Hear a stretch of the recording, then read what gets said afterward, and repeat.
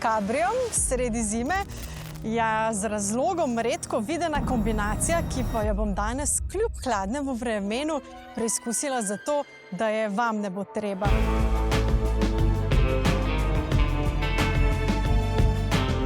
In upam, da jo odnesem brez prehlada. No, jaz sem na tale zimski test res dobro pripravljena. Imam bundo, pa rokavičke seveda, šal, tudi kapo, skratka celotna zimska oprava. Ima pa Mercedes SL na drugi strani kapo in šal v obliki tehnologije.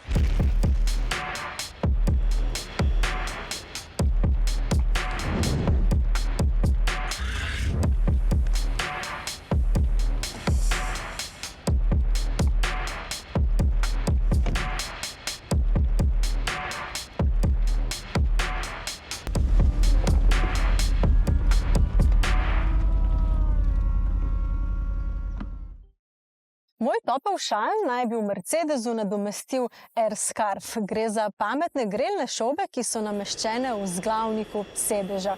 Te ti med vožnjo nežno pihajo topel zrak okoli vratu in pa ramen. Občutek naj bi bil tak, kot da te objema neviden šal.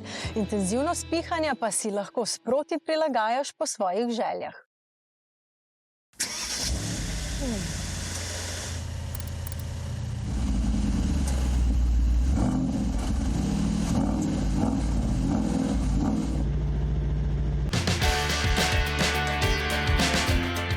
No pa da vidimo, če tale Mercedesov šal deluje tudi v praksi. Tukajle ga prižgem. Lahko pa omenim še, da imam prižgano tudi gretje sedežev in pa gretje v celi kabini, tako da je kar toplo, pa tudi čutim že, da nekaj konkretno toplega piha tule za vrat. Tako da lahko dam tale šal kar dol.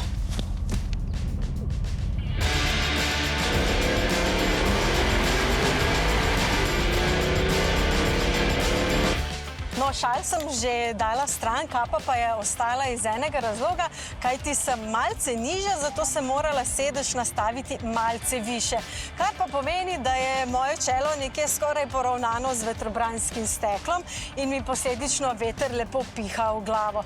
Kapa pa ostane zaradi tega, da se slučajno res ne prehladim. Se mi pa po drugi strani zdi, da glede na vso toploto, ki jo imam v avtu skupaj s temi grelnimi šobami, ni neke bojazni, da se ravno prehladim.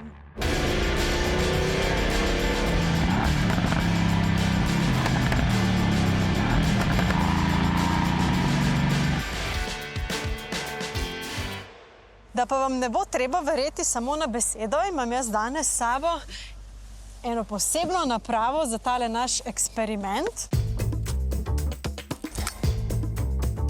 Termokamero.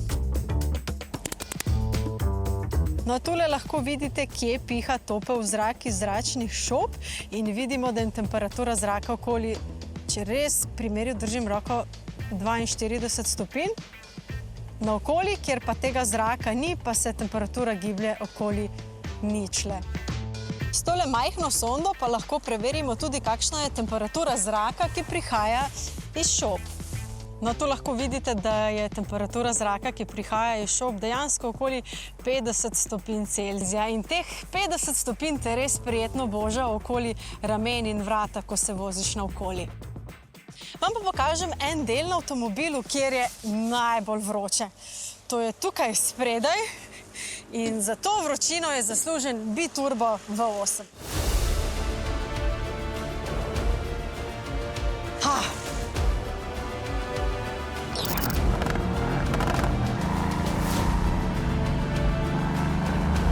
No in prav ta motor je tudi eden izmed razlogov, zakaj bi se tudi jaz po zimi ali pa v malce slabšem vremenu vozila spuščeno streho. Kajti ta spuščena streha zares potencira zvok motorja. In lahko rečem, da avto prav prijetno prede, oziroma lahko kar rečem, da grmi. Ne samo prede, pa vam privoščim malo užitkov ob teh zvokih.